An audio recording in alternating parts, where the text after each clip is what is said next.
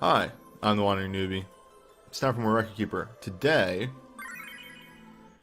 we have another Dissidia event, a sort of mini event. Reflections of Heroes. I believe Japan had gotten this event for the release of NT, and it comes with it some bonus fights with a slightly different rule scheme. And right, the Dissidia music balance here again, very loud.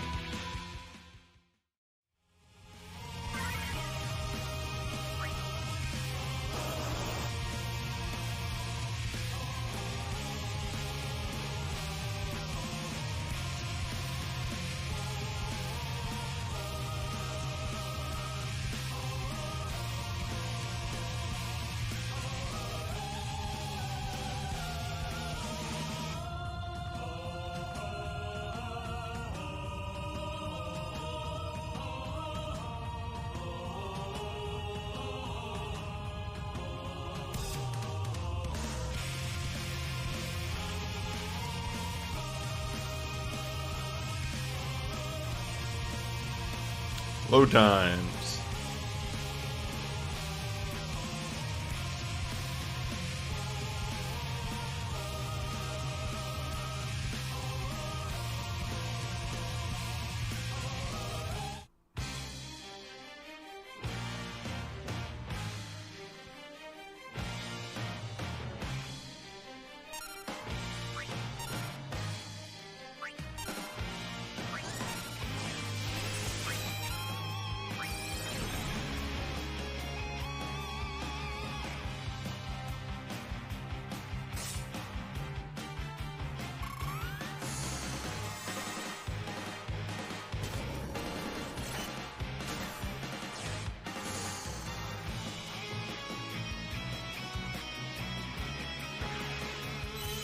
Man, listen to this version of,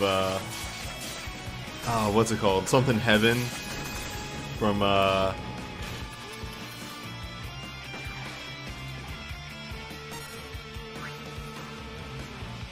14.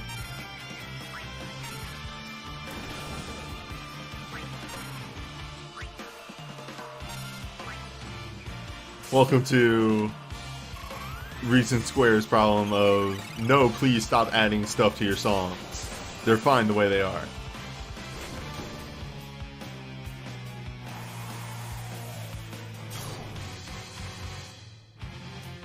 And here I wanted to see the chase on Squall's USB 1. We won't though. I did too much damage.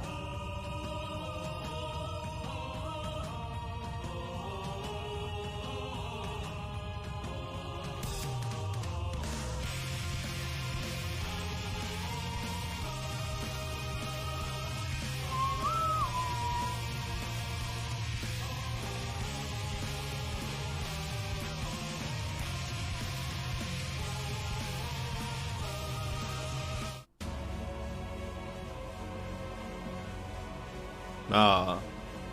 Hello, Shadow Lord, my old friend.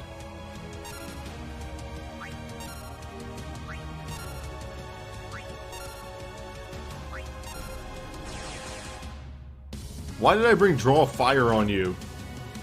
Ugh. This is why you don't make your parties at the last minute.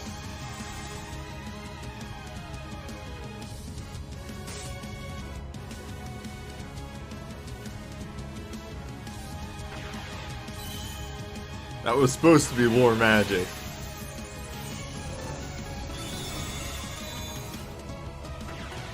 Which I doubt even works in this fight, but hey, a man can dream.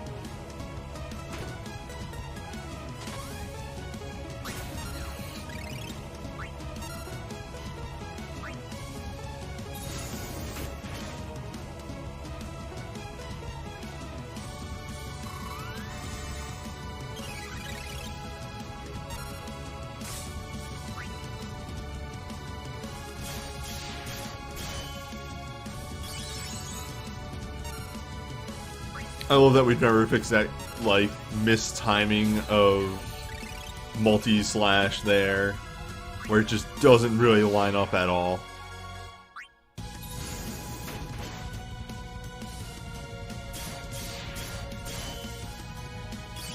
He swings the sword 5 times.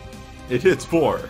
He just misses every time. Just very low accuracy, 20% chance to miss. Uh-oh. Now she's angry.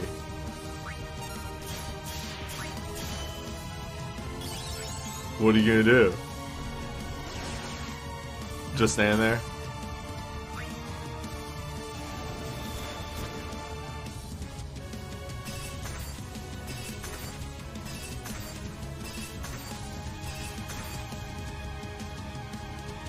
Powerful move.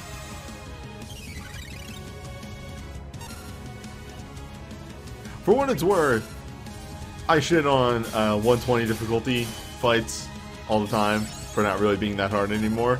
The 120 multiplayer gave me a run for my money. I actually had to retreat and regroup.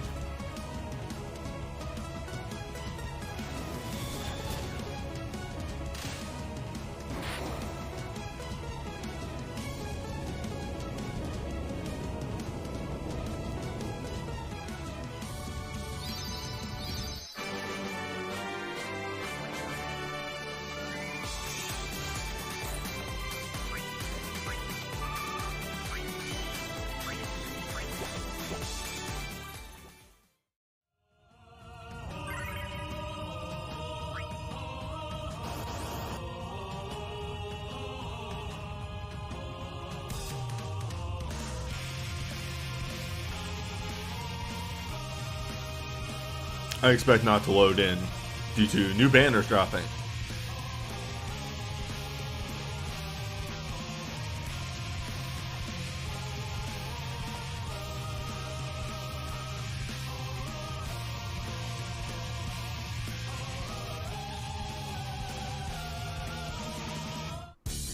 Well, hot dang. So, a thing to emphasize about these Dissidia events, aside from the whole, gimmick of, you only need 3 kills, is characters do in fact have the proper stats for what they're doing. By which I mean, your boys here actually only have 900 or 90,000 HP, which is pretty low for an ultimate fight. The other big thing is the AI routine of all the fights is that they are extremely low offensively until you deal any damage to them. They won't take too many actions. They sometimes won't move for a good 3 turns, but if you deal damage, they immediately get off their butts and start acting. As we saw, as soon as I dealt damage, Squall did his draw junction. The other 2 haven't acted yet, which is a little odd, and I'm a bit worried. Ah, there we go. But yes, you're seeing how rude they can be. Now, luckily, I have a whole back row team here, so we're getting reduced damage that way too. Like, double all the damage I'm taking for being in front row. Yeah, or if you're in the front row, double all the damage I'm taking. But yes, like I said, 90,000 HP, they fall pretty fast. And since we just need 3 kills to win,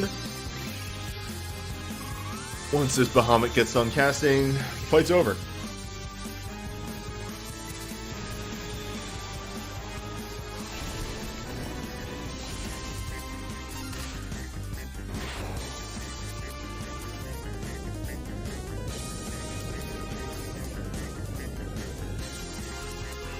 you know, small brain. Focus down the danger boy 3 times. Big brain. AoE them to hell.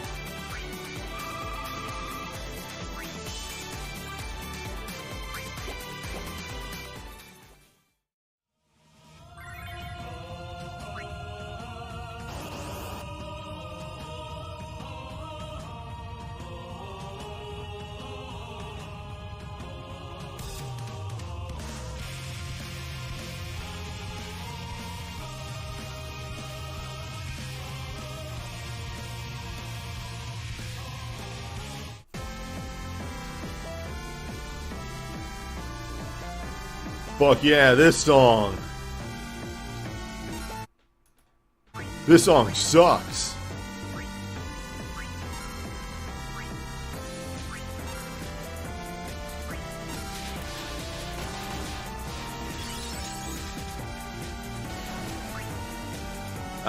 So this is what I was talking about before. So you're really safe in this until you actually punch somebody.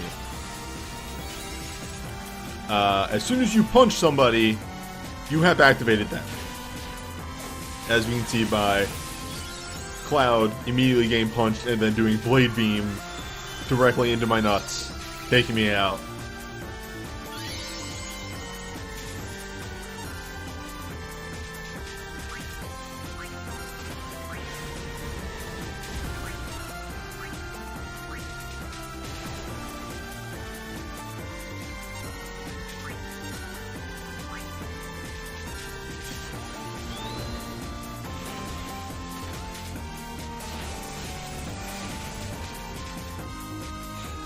That's fine. Yeah, I can wholly understand stopping playing a game on a bad pull. Like, getting cool shit is some of the main motivation of playing phone games, so when you don't get the good stuff, it sucks. It sucks a lot. Also, please stop punching Selfie. She's a good girl. So yeah, a big thing with this fight, though, is having everybody in the back row is very useful. It's very good, because a lot of the damage here is melee. One tricky caveat to that, though, is Cloud's Blade Beam is long range. So you're not going to be protected in the back row. I also super recommend having interrupt resist on your healer and your debuffer, because that's these two boys, this, you know, top and bottom there, that's their gimmick, is to interrupt you. Also, I talked about this briefly before, but with these, if you're going single target, you want to focus on one person alone, because weak phases begin once people's HP is reduced with the interrupt resist. Once HP is reduced to a point, their weak phases start. So if you can keep their HP from going down, that weak phase never occurs.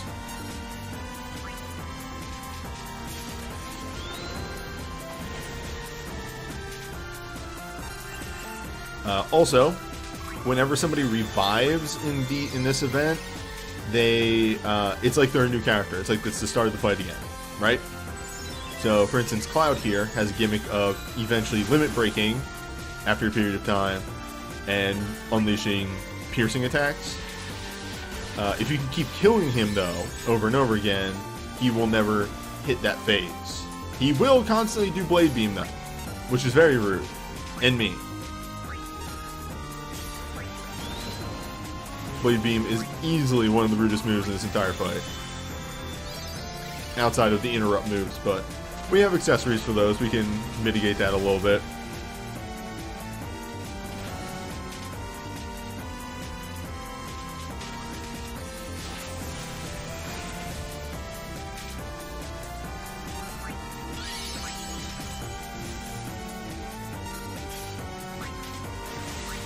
Yeah, there we go. He is finally limit broken.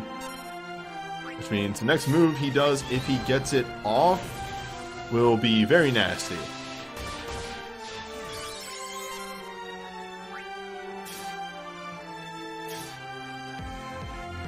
And he might actually do it because he just stunned one of my DPS.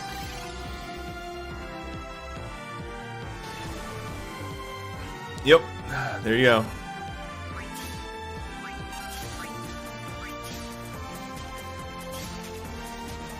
I did a test run of this fight where I had the melee people in the front row, and that was way rougher. They were taking about 1,000 damage per hit, sometimes 1,500. If you can pull it off, do back row.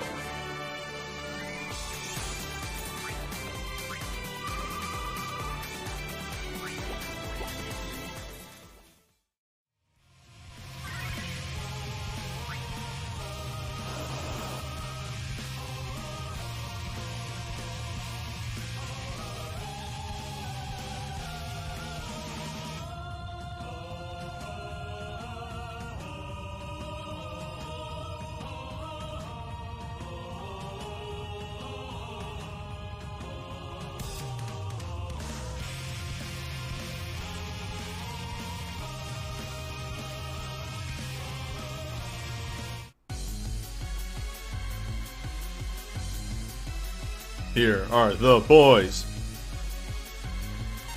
We want hold action, summon, hold action.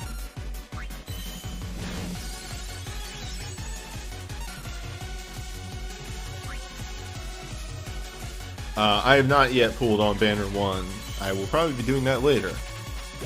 If you are watching Justice Apocalypse video on YouTube, go watch the full stream. There's a banner pull on there. Also some banner discussion. Okay. Now that we have activated, we can invest.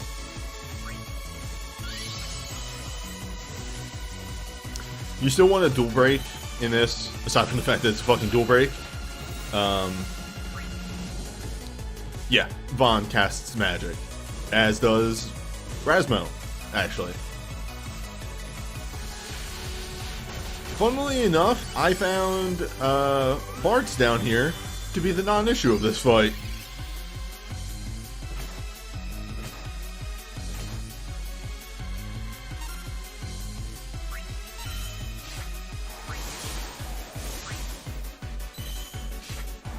Another cool trick. Or I just guess, not a cool trick, but just another fight where slapping everybody in the back row is a really good idea.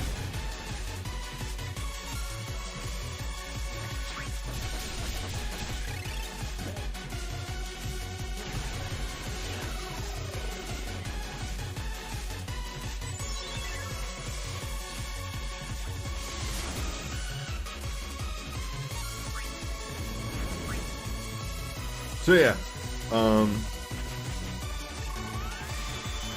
was explained off video, but bears mentioning.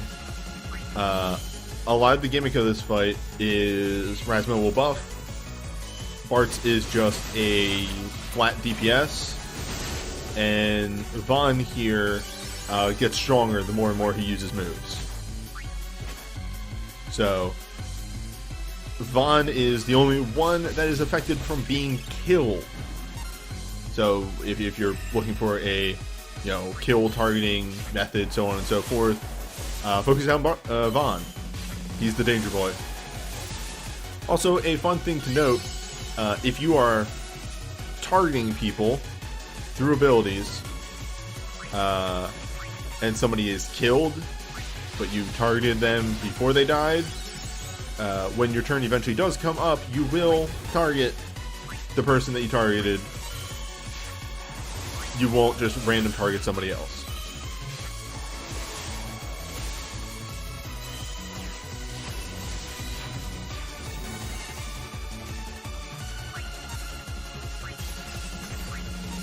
Unless it's a double cast. And that is the exception. Zwirch. If your kill like you do your first, like say Bartz did his first Spellblade, and then double casted, the double cast might redirect to somebody else. So that is the exception to the rule, because that is a new targeting.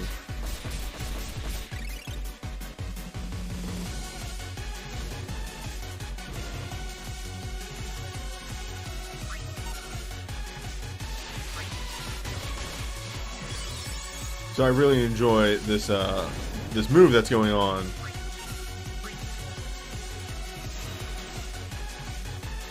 At the side here, which is, you know,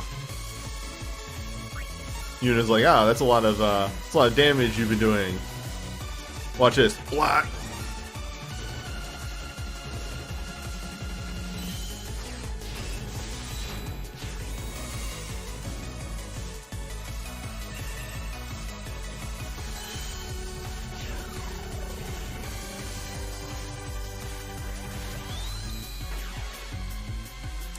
Yuna is an extremely powerful unit nowadays.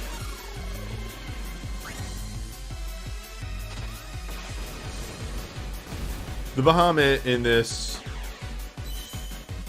not so much. I just really didn't have another thing to put on her. I think that's a carryover from a different fight that I had her set up for. But yeah, so her Legend Dive, if you're familiar with Final Fantasy XIV mechanics, her Legend Dive is Cleric Stance, more or less. She gets bonus magic based on her mind. So with like if you give her if you give her a weapon that boosts magic and mind, and give her a single mind mag buff, she can actually hit exceedingly hard with summons. It's actually kind of silly.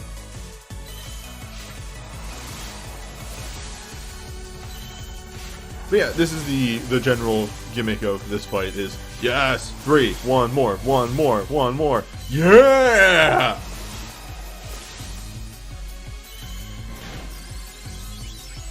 The quadcast.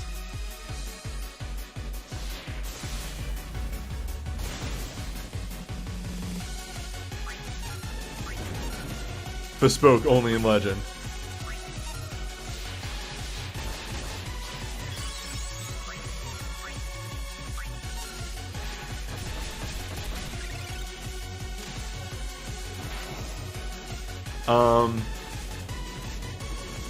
Yeah, just focus down the problem unit. We saw it in this one. We saw it in the previous fight with Clued.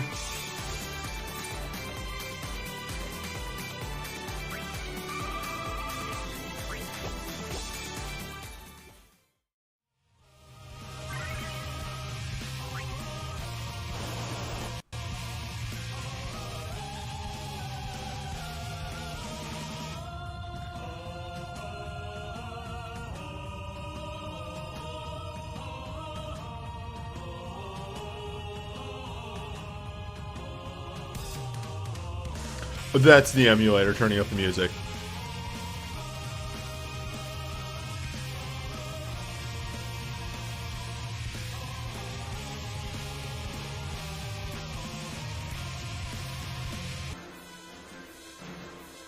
So the problem that actually occurred there was I hit the wrong button.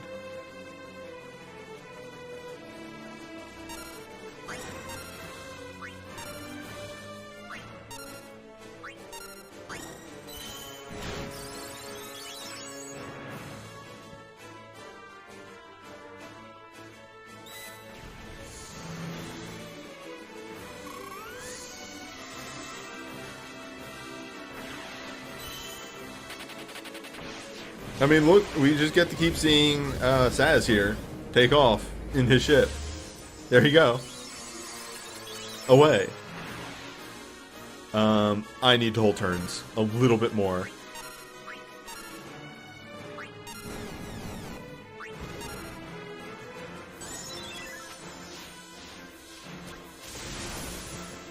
As much as that sucks to do, I need to make sure I have both breakdowns up and out before I start doing damage.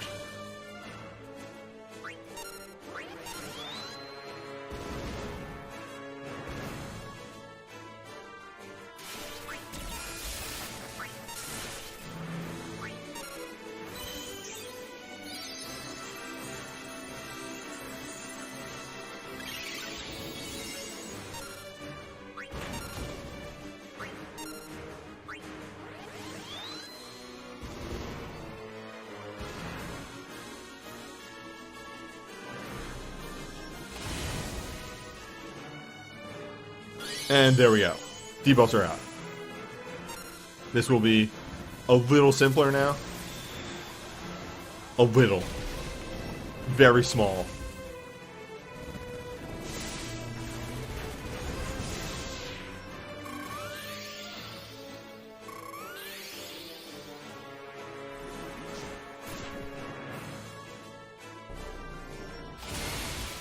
The power of dual breaks.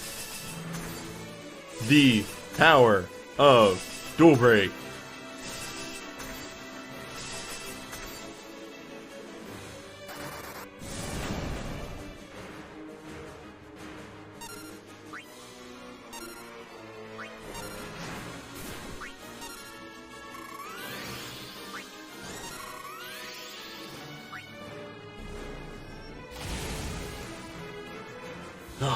Really, that's the big thing in this fight.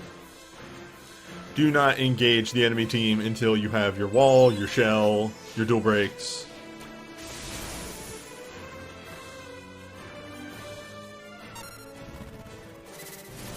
Then you can engage enemy team.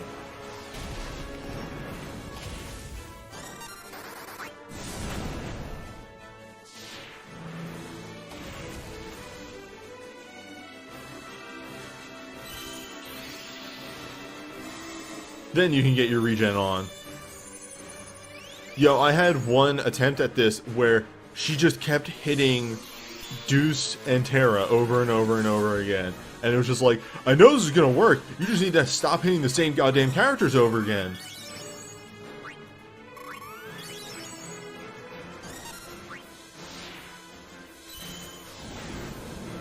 Yo dog, I found a use for Yuna's unique too.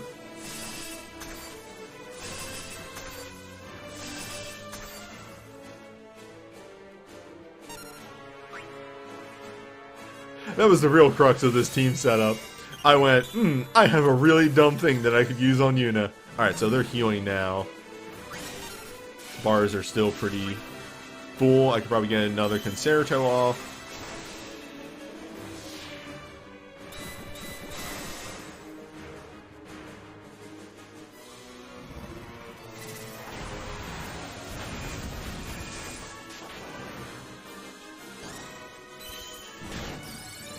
That's good for now, for the rest of the fight. Everybody's pretty much online at this point.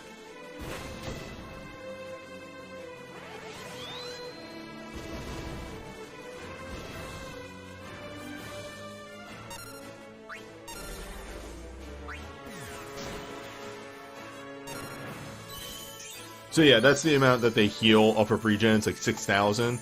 If you're doing proper damage.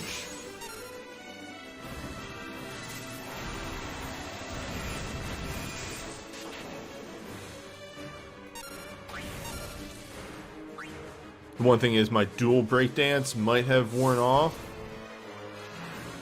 Judging by that. Or that was... I didn't catch the name.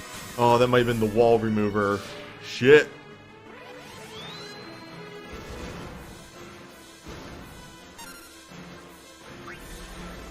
It was. That's what that was, I think.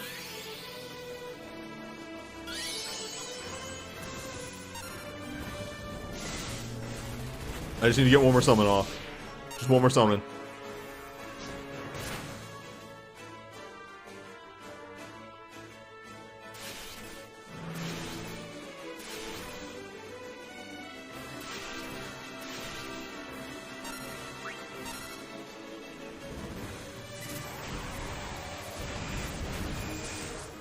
Oh, I'm gonna need one more. They healed. Almost there.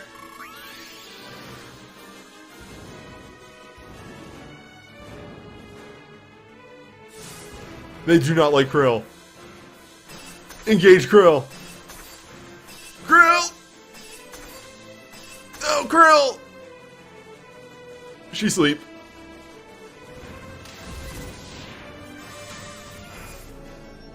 Died for our sins.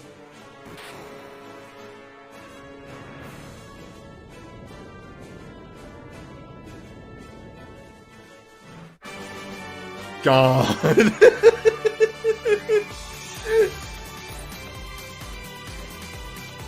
Surprise! End of fight!